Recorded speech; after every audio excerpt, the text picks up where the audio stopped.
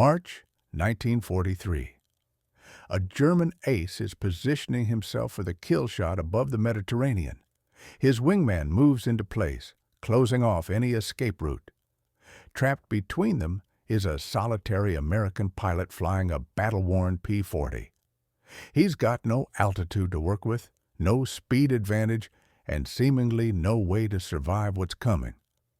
Then he executes a maneuver that nobody has witnessed before, something that wasn't in any training manual, something that would fundamentally change how pilots think about air-to-air combat. Spring 1943. Allied pilots are being lost at an absolutely horrifying rate in the Mediterranean theater. The skies above North Africa and Sicily belong to German Messerschmitts and Italian Machi fighters. The men flying these aircraft are combat-hardened veterans who've seen action over France and Russia. They're absolute masters of energy management and vertical combat techniques. They operate in perfectly coordinated pairs, leveraging their altitude and speed advantages with surgical effectiveness. American pilots keep arriving in successive waves. The vast majority come straight from training programs back in the States. Their logbooks might be thick with flying hours, but they're desperately lacking in combat experience. They're flying P-40 Warhawks, rugged machines certainly, but completely outperformed when it comes to rate of climb and operational ceiling. The statistics paint a grim picture. During those initial months of North African operations, Allied fighter losses are actually exceeding the number of replacement aircraft arriving. Squadrons burn through pilots the way infantry units burn through riflemen. Inside a P-40 cockpit, the dominant smells are engine oil mixed with the pilot's own sweat. The Mediterranean sun transforms the metal fuselage into what feels like a furnace. Pilots wear those leather jackets not because they need warmth.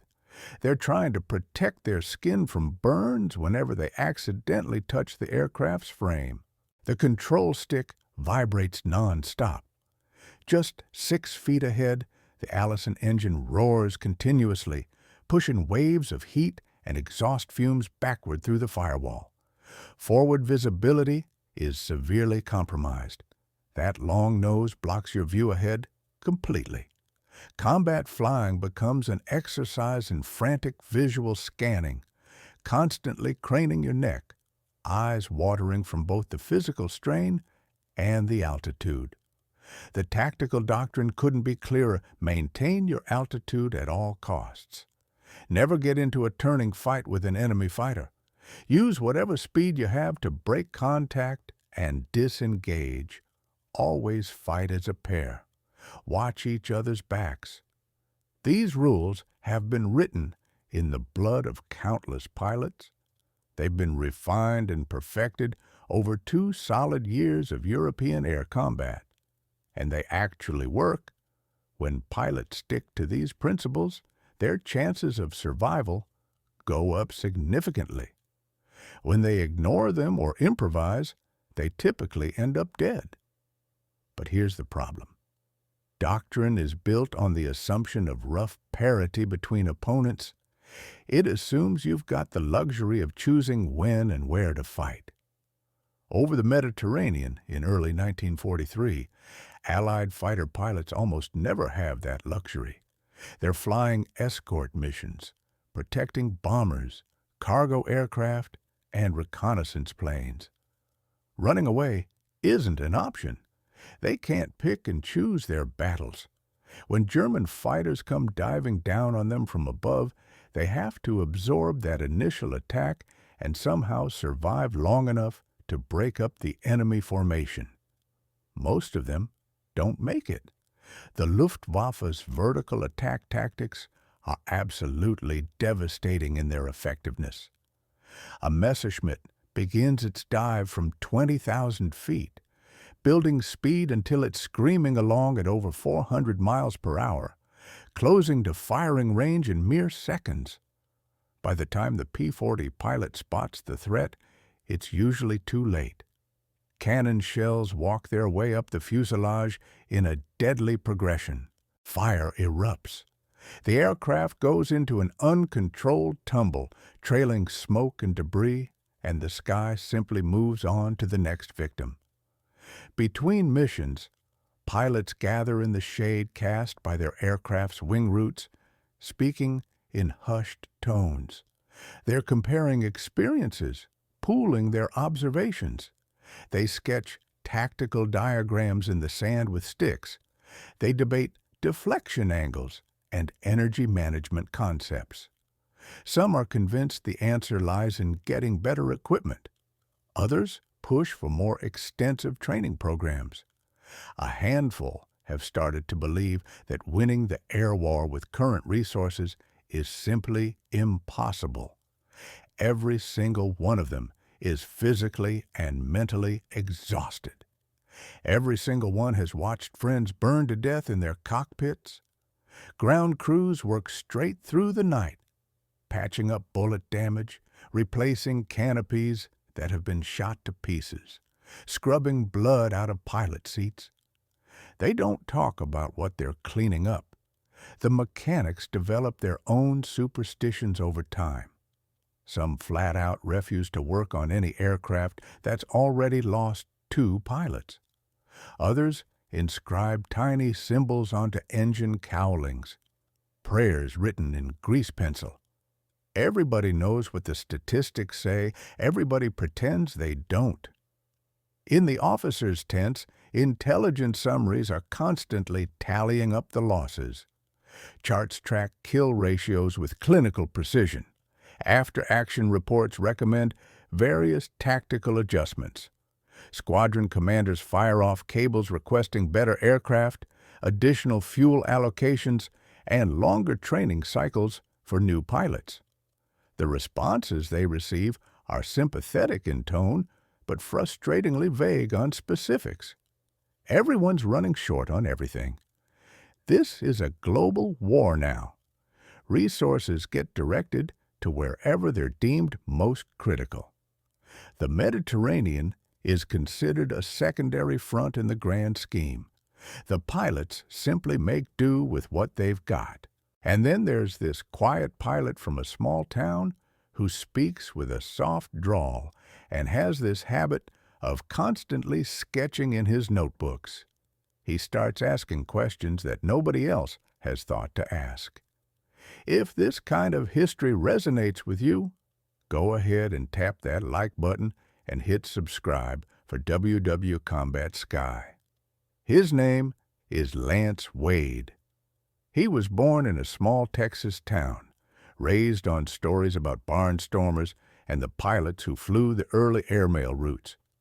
He learned to fly while still in his teens, essentially trading manual labor for flying lessons at a dusty airstrip on the outskirts of Briss.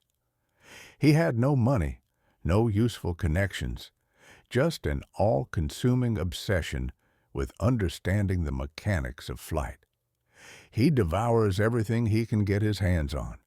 Textbooks covering aerodynamics, detailed manuals on engine performance, magazine articles about racing pilots, and the modifications they make to their machines. Wade isn't what you'd call a natural-born pilot. His approach is methodical and deliberate. He treats flying the same way a skilled machinist treats working a lathe, with patience and precision. He doesn't rely on instinct or gut feeling. He puts his trust in mathematics. His logbook doesn't just record flight hours. It documents conditions, wind speeds, temperatures, aircraft weight, current fuel load. He carefully notes how each individual variable affects overall performance. Over time, he develops an almost intuitive sense for the edges of an aircraft's performance envelope, those critical margins where responsive control starts to soften and pure physics takes over. When war explodes across Europe, Wade tries enlisting in the Army Air Corps. He gets rejected. The reason is poor eyesight. It's correctable with glasses, sure, But the military standards are rigid and unforgiving. He tries applying again, rejected again. Growing frustrated with repeated rejections, he hears about a program the British are running to recruit American pilots. The Royal Air Force is absolutely desperate for trained pilots. Their acceptance standards are considerably more flexible. Wade volunteers immediately. In late 1940, he sails across the Atlantic to England, becoming one of dozens of Americans who will fly for the RAF before the United States officially enters the war. The training program is heavily abbreviated. The British need pilots in cockpits, not sitting in classrooms. Wade gets assigned to one fighter squadron, then shuffled to another, and finally shipped out to North Africa in early 1942. Initially, he flies Hurricanes, then transitions to P-40s once American aircraft start arriving in the theater. His squadron mates represent a diverse mix of nationalities: British, South African, Australian, Rhodesian, and American. They've given themselves a name, the Desert Air Force. They're perpetually tired, chronically understaffed, and consistently outnumbered in the air. Wade doesn't particularly stand out during those first months. He's quiet by nature, unfailingly polite, and thoroughly unassuming. He doesn't engage in boasting or tell war stories in the mess tent like some pilots do. After missions, he disappears to his personal tent and writes, not letters home, but notes. He sketches out the geometry of dogfights from memory, drawing arcs and vectors, carefully estimating speeds and angles. He's attempting to understand something that eludes the vast majority of pilots: the pure underlying physics of air-to-air combat. Most pilots think in terms of discrete maneuvers: brake left, execute a split S, perform a chandelle. Wade's thinking operates on a completely different level: energy states, potential energy versus kinetic energy, the conversion of altitude into airspeed, the cost of any turn measured in velocity that gets bled away. He's starting to recognize patterns that other pilots completely miss.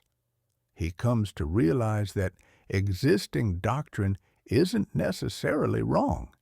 It's just incomplete.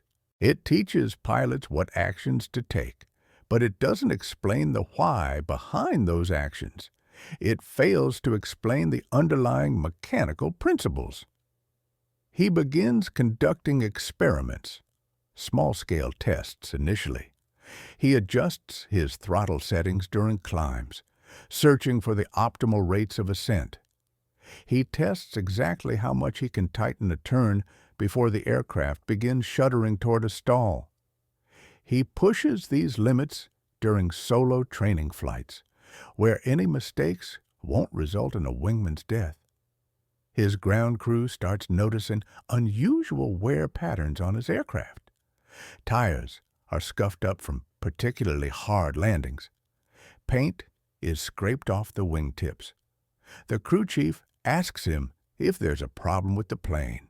Wade simply tells him he's learning the airplane's capabilities. The crew chief doesn't ask any follow-up questions. Wade's squadron leader is a by-the-book officer through and through, a veteran who survived the Battle of Britain. He places high value on discipline and maintaining proper formation integrity. He actively discourages any kind of freelancing or improvisation. When Wade starts asking technical questions during pre-mission briefings, the leader's answers are curt and dismissive. Doctrine exists for very good reasons. Pilots who deviate from doctrine typically die. That's the end of that discussion. But Wade can't stop his mind from working on the problem. He can't shake this growing conviction that something fundamentally important is being overlooked by everyone. The P-40 is slower than a Messerschmitt. That's an undeniable fact. It climbs worse. It can't outrun or outclimb the enemy aircraft. Standard doctrine says to avoid turning engagements at all costs. But what if that conventional wisdom is exactly backwards? What if the one area where the P-40 actually has an advantage is precisely the place nobody's looking? He knows the raw numbers by heart. A P-40 can sustain a tighter turning radius than a Messerschmitt at certain specific speeds. It benefits from lower wing loading and superior low-speed handling characteristics. In a flat, grinding turn, it might actually be able to outturn the German fighter. But doctrine explicitly says never to attempt this. Turning bleeds away precious speed. A slow aircraft becomes a dead aircraft. Period. Every flight manual agrees on this point. Every instructor teaches it as gospel. Every combat report reinforces this truth. Wade starts wondering if maybe everyone has been getting it wrong this whole time. This isn't a new problem by any means. Since 1940, Allied pilots have been facing German fighters that are faster and climb better. The Spitfire managed to solve this issue through achieving performance parity. The P-40 doesn't have that option available. It's a pre-war design that was originally optimized for ground attack and low-altitude operations. When matched against modern enemy fighters, it's simply outclassed. The losses continue mounting relentlessly. By mid-1943, some P-40 squadrons are reporting 50% pilot turnover every 2 months. Fresh pilots arrive from training, fly a small handful of missions, and then vanish from the roster. The veterans develop this hollow-eyed look. They stop bothering to learn the names of new arrivals. They stop attending memorial services. There are simply too many to attend. Various tactical adjustments get attempted. Some squadrons try flying in larger formations to provide mutual support. It helps marginally, but only just.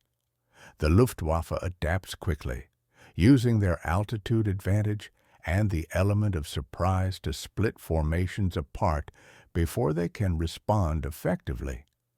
Certain units experiment with defensive circles, each pilot covering the tail of the aircraft ahead of him. This works reasonably well against single attackers, but completely collapses when facing a coordinated assault. Engineering teams propose various modifications to the aircraft. Additional armor plating gets installed. Self-sealing fuel tanks become standard equipment. Gun sights are upgraded to improved models. None of these modifications change the fundamental equation that governs every engagement. The P-40 remains slower. The enemy continues to dictate when and where the fighting happens. Allied pilots keep dying at rates that simply cannot be sustained. Training programs get expanded in scope and duration, but the results are decidedly mixed. New pilots learn aerobatics, formation flying techniques, and gunnery skills. They practice dive attacks and slashing firing passes. But here's the problem. Training happens in safe, controlled skies at medium altitudes where fear isn't a factor. Actual combat happens in complete chaos, across 3 dimensions simultaneously, with death being measured in seconds.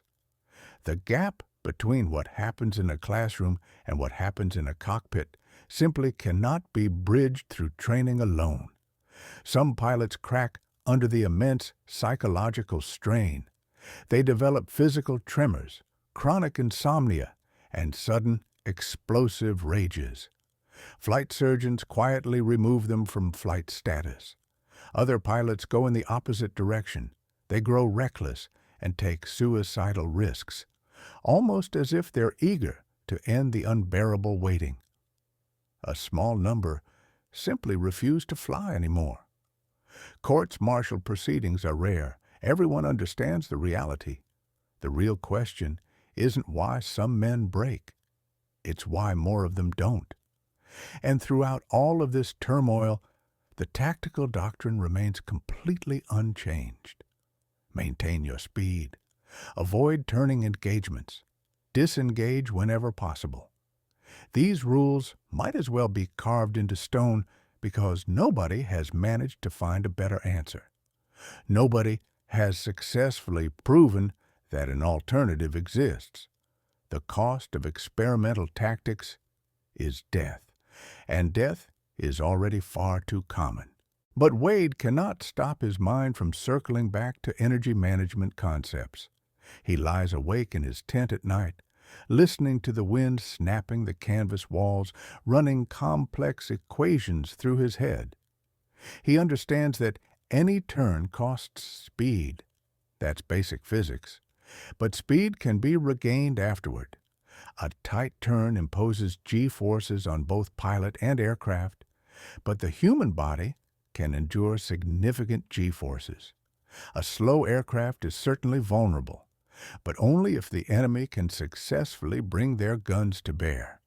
And if the turning radius is tight enough, maybe the enemy simply can't.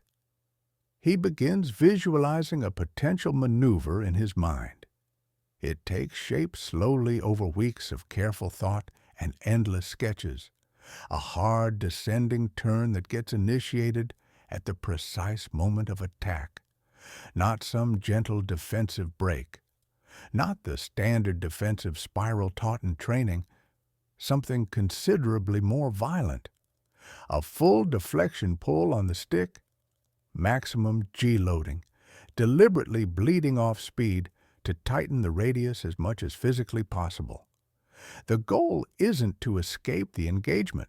The goal is to completely reverse the geometry of the attack, to turn inside the attacker's arc so tightly that you force the enemy to overshoot their firing position. It requires absolutely perfect timing. Pull too early, and the attacker simply adjusts their approach. Pull too late, and those cannon shells arrive first. It requires placing complete trust in the aircraft right at the edge of a stall. It requires ignoring every survival instinct that's screaming at you to maintain speed, to run away, to survive by fleeing. It's the complete opposite of everything doctrine teaches.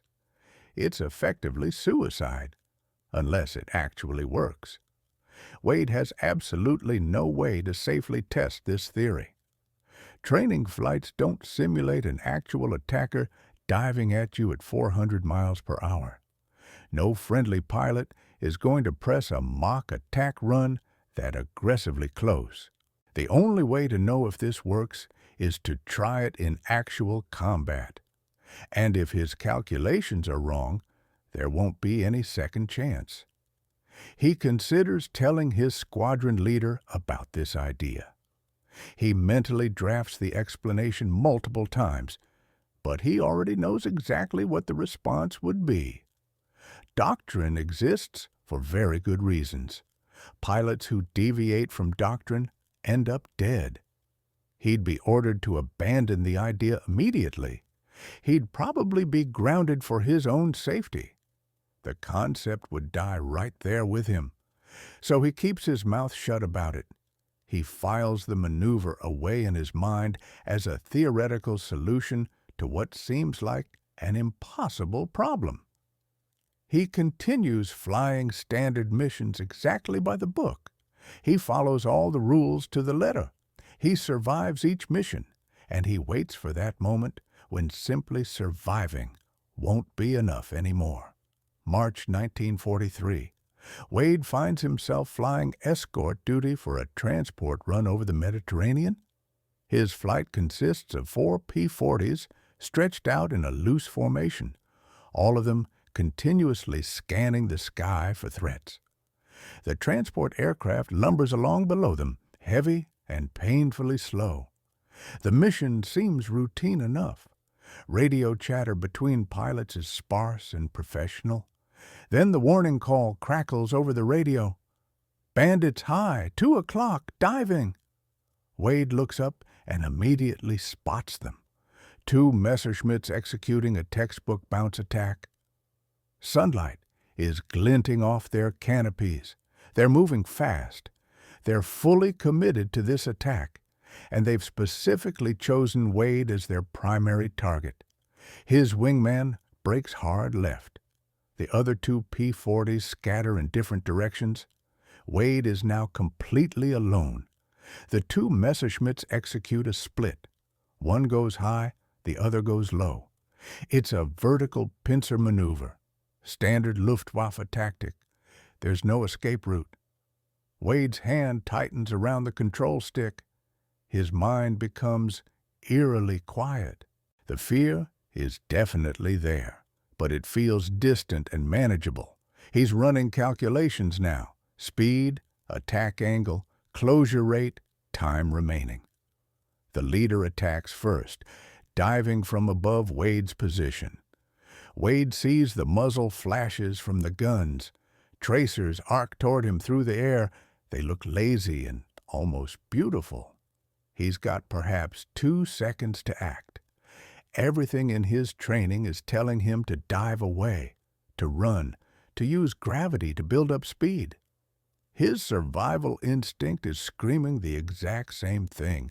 Every fiber of his being wants him to push that stick forward and flee.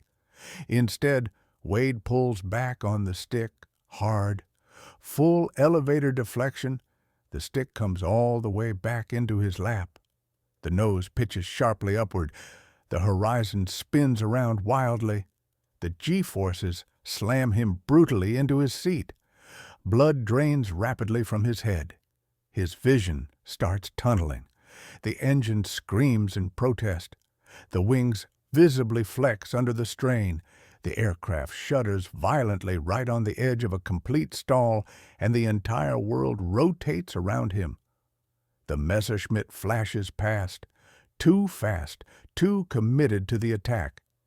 The German pilot can't possibly turn inside Wade's arc. He overshoots completely, nose pitched high, bleeding energy as the pilot desperately tries to reacquire his target. Wade rolls back to level flight. He's still slow. He's still vulnerable in so many ways. But he's no longer sitting in the line of fire. He has successfully reversed the attack. The hunter has just become the hunted. The second Messerschmitt is still committed to its dive. Wade has virtually no speed left. He can't run away, so he pulls again. Same maneuver, same violent execution. The aircraft bucks and groans under the stress. The stall warning rattles insistently in his ears. His vision grays out from the G-forces. He holds the turn anyway, refusing to ease off. The second Messerschmitt overshoots just like the first.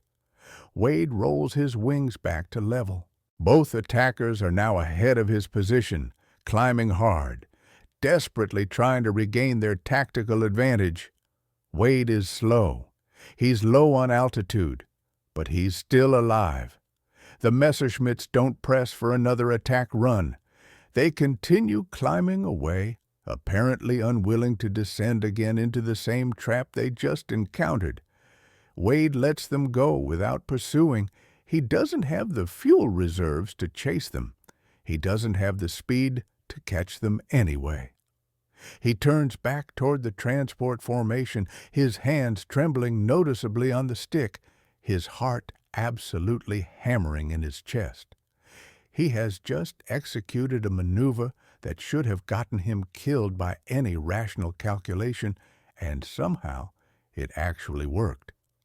He lands back at base in complete silence. His ground crew conducts their routine inspection of the aircraft. No damage anywhere, no bullet hits. Wade climbs out of the cockpit, his legs unsteady beneath him. The crew chief asks casually if he saw any action up there. Wade simply nods. He doesn't offer any elaboration. He walks directly to his tent and sits down heavily on the edge of his cot. He pulls out his notebook with shaking hands. He sketches the entire encounter from memory, capturing every angle, every second of the engagement. At the bottom of the page, he writes just a single word: repeatable. But the squadron leader doesn't interpret events the same way Wade does. Wade files his standard combat report afterward. The leader reads through it, his frown deepening, and then calls Wade into his tent for a private conversation. He asks Wade to explain in detail what he did up there. Wade tries his best to explain. He talks about turning radius calculations, about energy exchange principles, about the geometry of the engagement. The leader listens with growing frustration and obvious skepticism. He tells Wade bluntly that he simply got lucky up there. He tells him the maneuver is unacceptably reckless.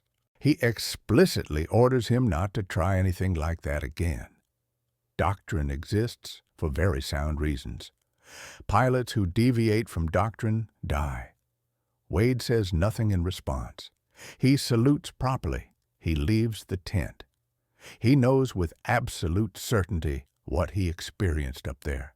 He knows it wasn't just luck or chance. But he also knows he cannot convince anyone using just words. He needs concrete proof. He needs repetition.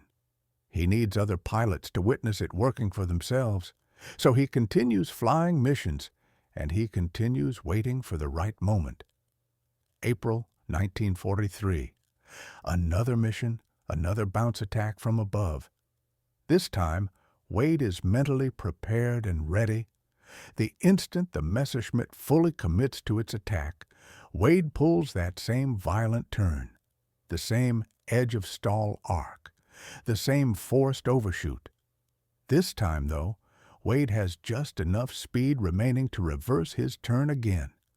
He pulls into a climbing turn, tracking the Messerschmitt as it tries desperately to escape. He fires his guns. His tracers converge on the target. The Messerschmitt begins trailing smoke. Wade doesn't follow it down to confirm the kill. He turns back toward the formation instead. Another encounter survived, another piece of proof. May 1943, a third engagement plays out. This time, Wade's wingman witnesses the entire maneuver from his position.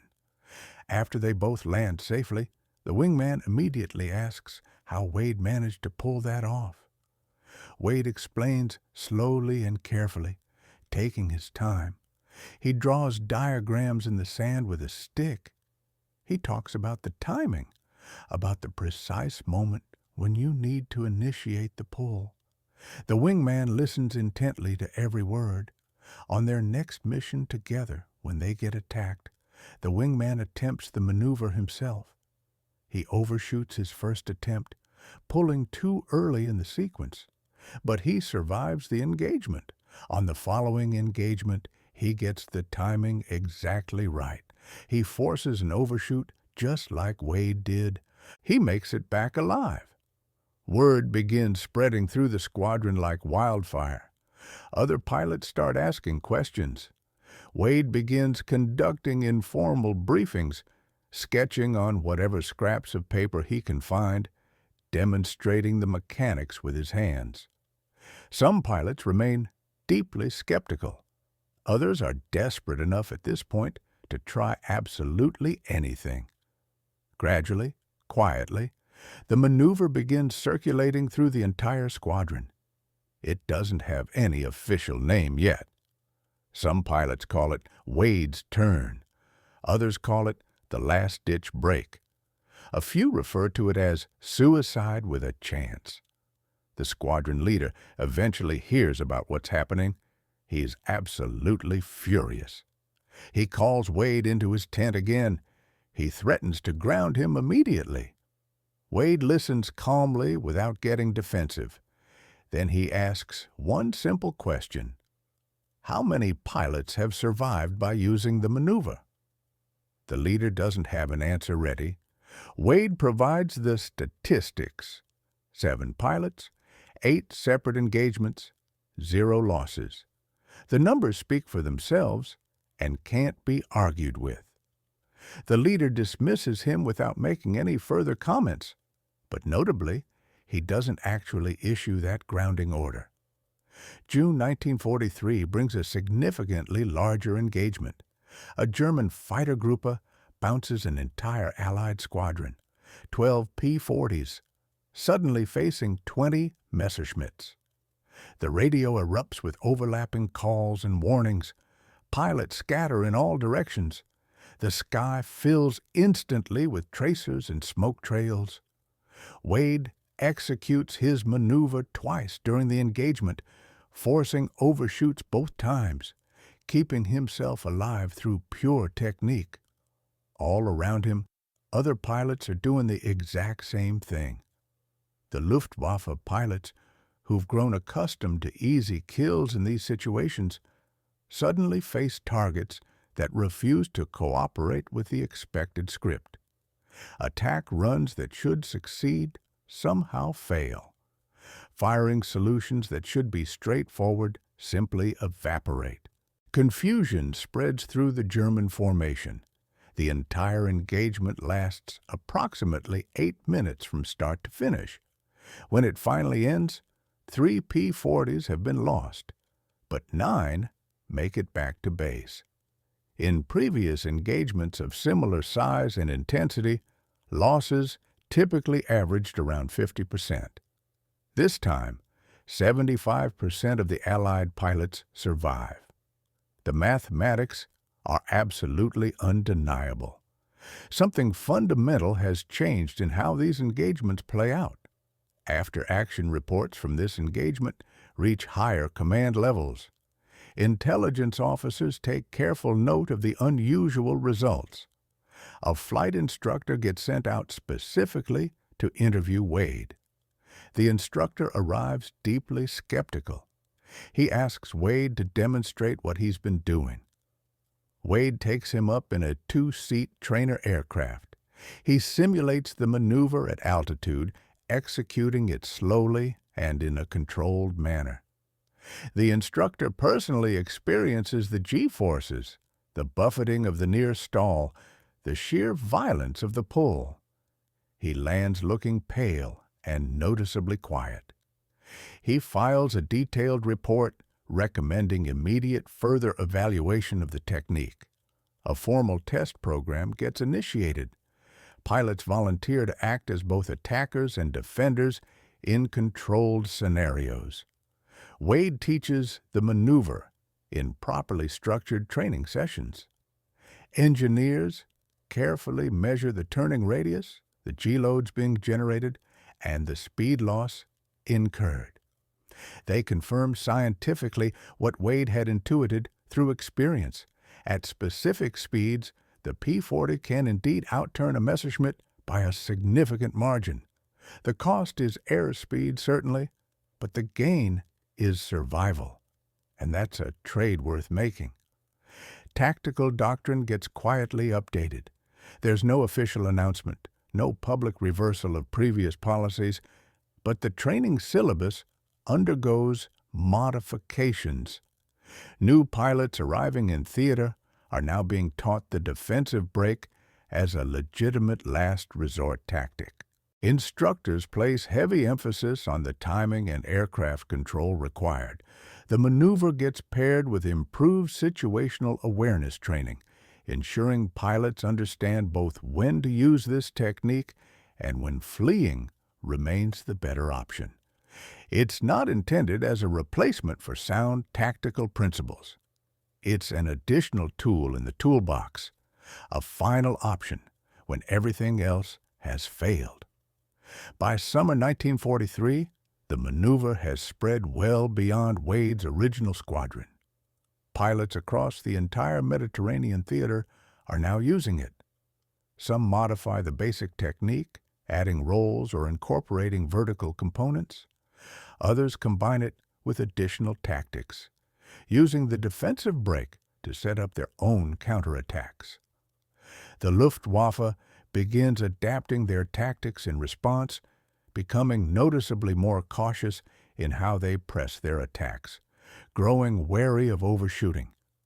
But that caution slows them down. It disrupts their natural aggression and offensive tempo, and that disruption alone ends up saving Allied lives.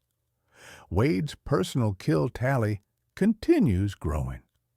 By August, he's been officially credited with 8 confirmed victories, not through aggressive offensive tactics, through survival, through transforming what started as a purely defensive maneuver into an offensive opportunity. He receives a promotion. He's given his own flight to command. He continues flying regular missions. He continues teaching the technique to new pilots. He doesn't seek out recognition or fame. He seeks measurable results. By late 1943, Allied air superiority over the Mediterranean region begins to shift in a meaningful way. It's not attributable to any single factor. New aircraft types arrive in theater: P-51 Mustangs and Spitfire Mark IXs. Pilot training programs improve significantly. Logistics and supply chains get stronger.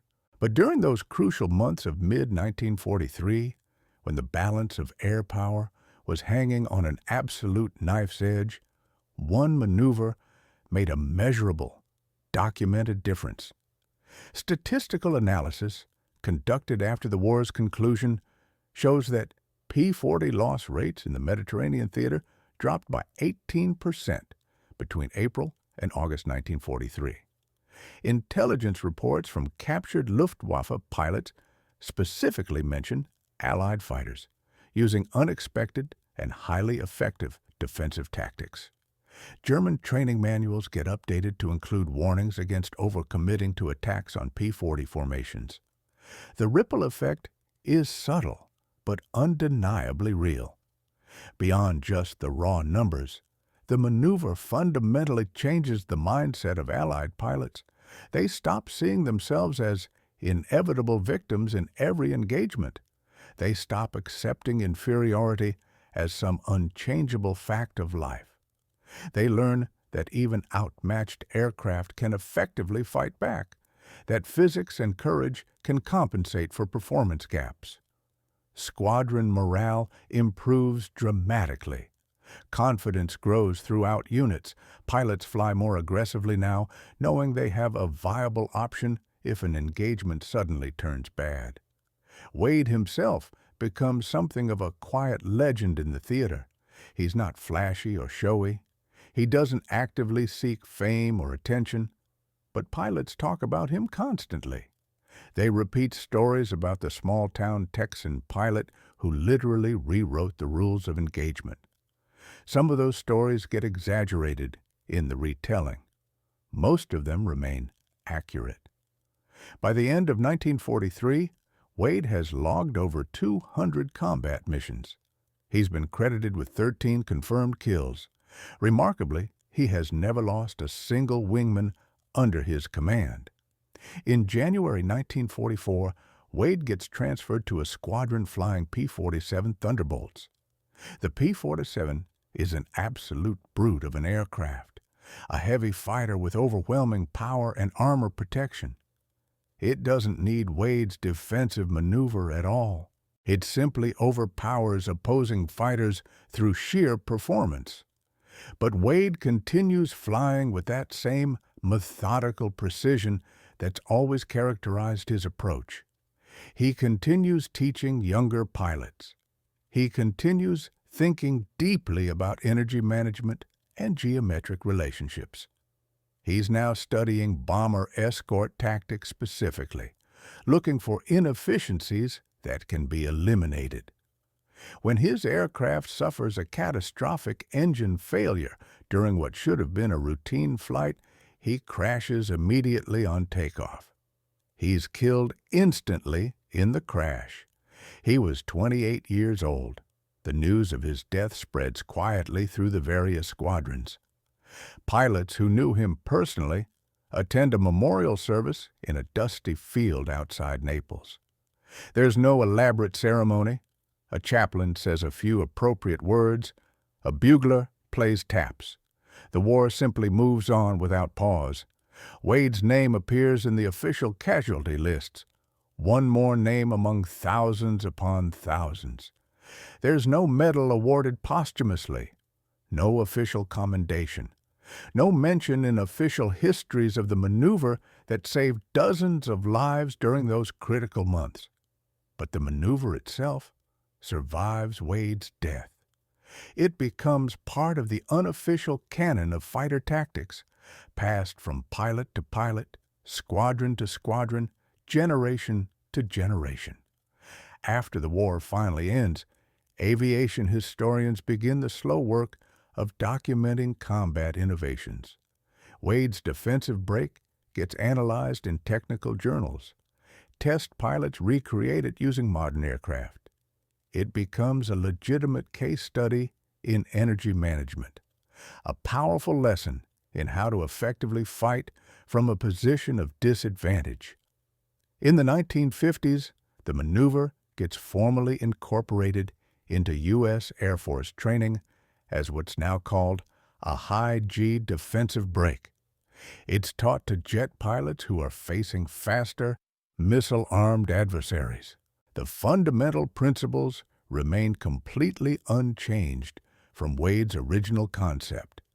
Sacrifice speed to tighten your turning radius, force an overshoot, reverse the geometric relationship. The names of thousands of pilots who use this technique get recorded over the decades. The name of the man who invented it becomes mostly forgotten by history. Today, fighter pilots around the entire world learn various adaptations of Wade's original maneuver. It appears in training doctrine under many different names, typically stripped of any origin story. The physics underlying it are thoroughly understood now.